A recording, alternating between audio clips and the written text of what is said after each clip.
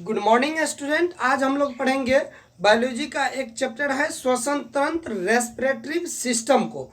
तो देखिए श्वसन तंत्र क्या होती है। तंत्र तंत्र कहने का मतलब हुआ कि इसमें बहुत सारे छोटे छोटे अंगों के बारे में अपना लोग पढ़ेंगे, इसीलिए इसमें लग गया तंत्र मतलब सिस्टम। तो देखिए श्वसन जो है ऑक्सीकरण है, क्योंकि ये विदाउट ऑक्सीजन की ये श्वसन नहीं हो सकता है, इसीलिए इसको कहा गया ऑक्सीकरण। अब श्वसन से क्या होती है, सांस जो लेते हैं और छोड़ते हैं उससे क्या होती है, तो हमारे शरीर को ऊर्जा मिलती है और हमारे शरीर का ऊष्मा बनी रहती है। शरीर का ऊष्मा बनी रहती है। शरीर के ऊष्मा बने रहने के एक और कारण है रक्त परिसंचरण। रक्त खून जब तक हमारे शरीर में दौड़ेगा और सांस लेंगे तब तक शरीर हमारा गर्म रहेगा। जिस दिन खून दौड़ना बंद हो जाएगा और सांस लेना छोड़ देंगे उस दिन हमारा शरीर ठंडा हो जाएगा, अर्थात हम लोग मर जाएंगे। श्वसन जो है ये अपचायी क्रिया है। कौन क्रिया है? अपचायी, कैटाबॉलिज्म। कैटाबॉलिज्म क्या होती है, तो किसी चीज को तोड़ देना कैटाबॉलिज्म कहलाता है, किसी चीज को जोड़ देना एनाबॉलिज्म कहलाता है। तो श्वसन क्या है? अपचायी क्रिया। अब देखते हैं श्वसन अंग। तो श्वसन अंग क्या होती है, इसको तो पहले अपना में देख लेते हैं फिर दूसरे में देखेंगे। तो हम लोग का जो श्वसन अंग है, जब हम लोग बच्चे थे तो सोचते थे नाक से सांस लेते हैं, नाक को ऐसे बंद कर दिया तो भी सांस, मुंह से सांस ले लेते थे। तो सोचते थे यार नाक है श्वसन अंग या मुंह है। एक्चुअल में ये दोनों नहीं है, ना नाक है ना मुंह है। तो हम लोग में श्वसन मतलब हम लोग है स्तनधारी। स्तनधारी का जो श्वसन अंग होता है वो होता है फेफड़ा, लंग्स होता है स्तनधारी का श्वसन अंग। उसके बाद कीट का श्वसन अंग क्या होता है, छोटे छोटे कीट जो होता है उसका जो श्वसन अंग होता है वो होता है श्वास नली। इसको हम लोग ट्रैकिया कहते हैं इंग्लिश में। उसका श्वसन अंग होता है श्वास नली। यहाँ से जो यहाँ नली होता है उस नली से ही ये कीट सांस ले लेते हैं। जलीय जीव जैसे मछलियां, ये मछली किससे सांस लेती है? तो मछली आप लोग जानते हैं गिल्स, गलफड़ से सांस लेती है। अब अगला देखते हैं मेढक।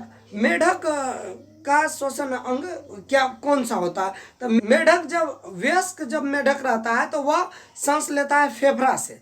जब मेढक बहुत छोटे रहते हैं, मतलब बहुत छोटे, इतना छोटे छोटे रहते हैं, तो उस समय हम लोग सोचते थे कि मेढक मछली है, उसको लाते थे पकड़ करके पालने के लिए। जब बड़ा होता था तो मेढक बन के भाग जाता था। तो जब वो छोटे रहते हैं, जब मेढक छोटे रहते हैं अर्थात टेडपोल अवस्था में रहते हैं, तो वह गिल्स से सांस लेते हैं, मतलब गलफड़ से सांस लेते हैं। ये गलफड़ देखिए, गलफड़ उर्दू वर्ड है। गलफड़ का हिंदी होता है कुलोम होता है। गलफड़ का हिंदी क्या होता है? कुलोम। गलफड़ उर्दू वर्ड है।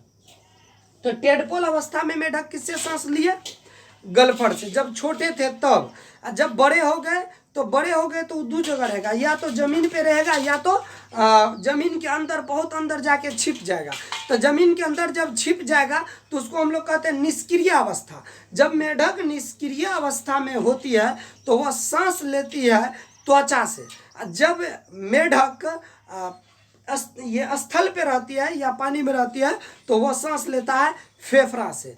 अब अपना लोग देखते हैं श्वासोच्छ्वास को। श्वासोच्छ्वास में ब्रीदिंग क्या होती है, तो इसको समझिए। सांस क्या करते हैं अपना लोग, श्वसन के दौरान सांस अंदर लेते हैं और सांस को बाहर छोड़ते हैं, मतलब हवा को अंदर भी खींचते हैं और बाहर भी खींचते हैं। तो ये देखिए, अंदर खींचना और बाहर छोड़ना दोनों अलग क्रिया, दोनों को एक साथ हम लोग कहते हैं श्वासोच्छ्वास में। तो देखिए अंदर जो खींचते हैं उसको कहते हैं निश्वसन। क्या कहते हैं? निश्वसन। जैसे देखिए यह कहलाता है निश्वसन, ऐसे छोड़ दिए तो यह कहलाता है निःश्वसन।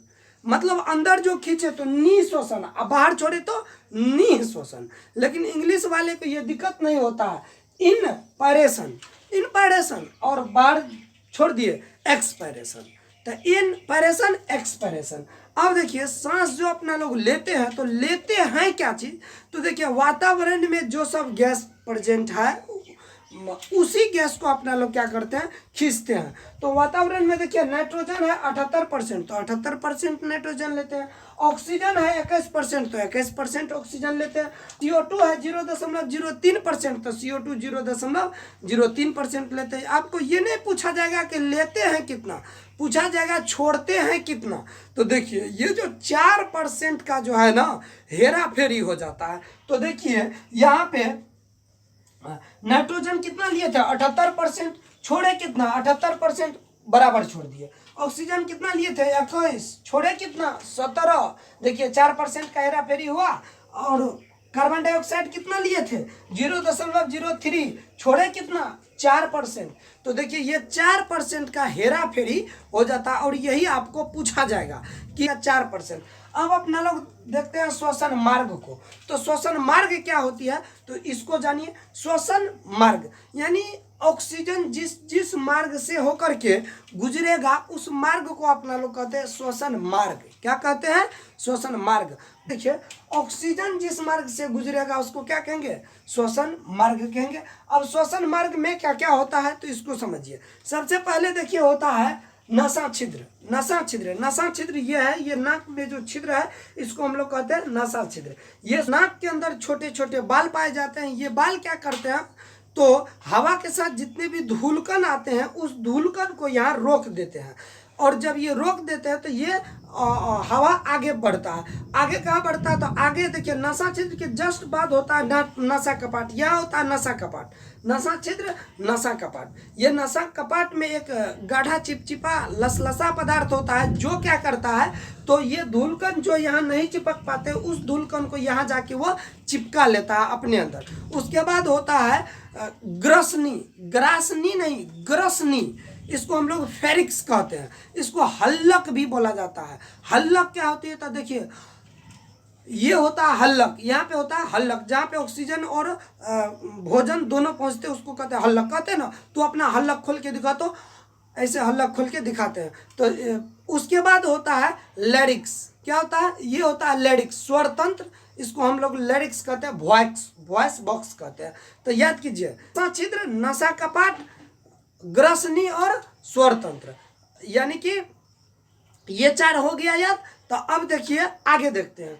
तो देखिए ये आगे होता है इसका जस्ट आगे ट्रेकिया, जिसको हम लोग श्वास नली कहते हैं। तो ट्रेकिया क्या होती है तो देखिए यहाँ से लेकर के ये जो नली है इस नली का नाम है आपको ट्रेकिया। क्या नाम है ट्रेकिया। तो ये एक बहुत लंबी नली होती है। इस नली में एक हड्डी, पतली हड्डी होती है। ये हड्डी इसको सी शेप की कार्टिलेज हड्डी होती है।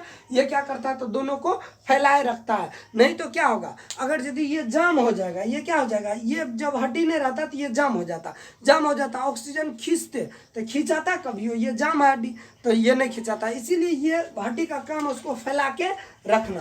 तो ये देखिए आगे क्या होता है ट्रेकिया। क्या होता है ट्रेकिया। ट्रेकिया के बाद होता है ब्रोंकाई और ब्रोंकाई के बाद होता है ब्रोंक्यूलस। देखिए ट्रेकिया जब ये 2 भाग में बट गया तो ब्रोंकाई, 2 भाग में बट गया ब्रोंकाई। ये ब्रोंकाई जब कई भाग में बट गया तो ब्रोंक्यूलस। देखिए ट्रेकिया 2 भाग में बटा, ब्रोंकाई बहुतों भाग में ये बट गया तो ब्रोंक्यूलस। और ये ब्रोंक्यूलस के आगे गुच्छा के समान एक रचना होती है जिसको हम लोग कहते हैं एल्बुलाई। क्या कहते हैं एल्बुलाई। ये हवा यही एल्बुलाई में जा करके स्टोर हो जाता है। इसको हम लोग वायु कोष्ठक भी कहते हैं। तो इस एल्बुलाई में जा करके स्टोर हो जाते हैं। अब जब ये एल्बुलाई में जाके स्टोर हो गया तो वहां से क्या करेगा ब्लड आएगा। क्या आएगा ब्लड उसको लेगा और उठा करके ले जाके कोशिका के अंदर होता है माइटोकॉन्ड्रिया, उस माइटोकॉन्ड्रिया को दे देगा। कोशिका के अंदर किसको देगा माइटोकॉन्ड्रिया को जाकर के। श्वसन मार्ग के 2 के श्रेणी में हम लोग याद कर लेते हैं। तो क्या था नसा छिद्र नसा कपाट, नसा छिद्र नसा कपाट। उसके बाद क्या था फेरिक्स लेडिक्स, फेरिक्स लेडिक्स। उसके बाद क्या था श्वसनी, ये श्वसनी जिसको हम लोग ट्रेकिया कहते हैं, ब्रोंकाई, ब्रोंक्यूलस एल्बुलाई। उसके बाद ब्लड और सेल, ये ब्लड ले जाके किसको दे देता माइटोकॉन्ड्रिया। माइटोकॉन्ड्रिया में क्या होती है तो क्रेब्स चक्र चला के ग्लूकोज का निर्माण कर लेते हैं। तो ये प्रक्रिया। अब देखिए ये जो फेफड़ा बनी होती है किस झिल्ली की तो प्यूला मेम्ब्रेन की झिल्ली की बनी होती है। और क्या होता है तो आप लोग सुने होंगे कोरोना जो होती है तो इसी में क्या करता है तो इसी झिल्ली को ये जो देख रहे हैं ये एल्बुलाई एल्बुलाई को जा करके जाम कर देता है, एल्बुलाई को, और ये ब्रोंकस को जा करके जाम कर देता है, जिससे क्या होता है तो श्वसन की क्रिया नहीं हो पाती है और आदमी की मौत हो जाती है। तो ये हो गए। अब समझते हैं कि श्वसन को क्रिया में सबसे अधिक मतलब कौन मदद करते हैं। तो श्वसन की क्रिया को देखो मदद कौन करता है, तो वो करता है आपको डायफ्राम। डायफ्राम कैसे मदद करता है, तो जैसे देखिए सांस लेते हैं तो ये डायफ्राम नीचे चला जाता है। डायफ्राम ये एपिथेलियम ऊतक का बना होता है, वो ऊतक चैप्टर में हम आप लोग को पढ़ा देंगे। ये डायफ्राम का ये नीचे चले आता है और फिर जब सांस छोड़ते हैं तो ये ऊपर धकेल देता है। फेफड़ा को उतना कैपेसिटी नहीं है कि फेफड़ा ऑक्सीजन को निकाल सके, ये डायफ्राम काम करता है। कैसे काम करता है, जैसे देखिए सांस लिए, ये नीचे चला आया डायफ्राम नीचे, फिर ऐसे छोड़ेंगे तो ये ऊपर से धक लेगा। फेफड़ा कहता है रे रे धकल धकल धकल, ये मरता है ऐसे ऐसे जो मरता है तो ये तुरंत उस उधर से हवा क्या होता है बाहर हो जाता है। तो समझ गए डायफ्राम के बारे में। तो ये डायफ्राम के क्रिया। अब देखिए होता क्या है, गर्भवती महिला में क्या होती है, तो ये तो पूरा पेट ये भर जाता है तो ये डायफ्राम तो ऊपर चला आता था, अब ये डायफ्राम काम करना बंद कर देता है। तो तब उसमें कैसे श्वसन की क्रिया होगी, तब देखिए अब गर्भवती महिला में क्या होती है, तो ये डायफ्राम तो पहले से काम करना बंद कर दिया, तब उसमें पाई जाती है यहाँ पे एक रिब्स, जिसको हम लोग पसली कहते हैं। ये पसली क्या करते हैं, तो पसली क्या करते हैं, जैसे ऑक्साइड को बाहर धकेलना है तो पसली ऐसे मारेगा और पसली मार करके CO2 को बाहर कर देता है। तो ये गर्भवती महिला में रिब्स नहीं रहेगा तो ये श्वसन की प्रक्रिया नहीं होगी। देखिए कभी कभी सुने होंगे कि आदमी एक्सीडेंट किया और मर गया, तो वो होता क्या, तो ये जो डायफ्राम होते हैं यही डायफ्राम टूट जाता है। जब डायफ्राम जैसे कोई साधारण चोट ही लगा, कहीं से गिरा ही डायफ्राम टूट गया तो ये श्वसन की क्रिया नहीं पाएगी, ऐसे एक दो बार करेगा मर जाएगा। तो कहने का मतलब क्या हुआ, ये जब डायफ्राम काम करना बंद कर देगा तो आदमी की मौत हो जाती है। अब अपने लोग समझते हैं कि हिचकी कैसे आती है उसको।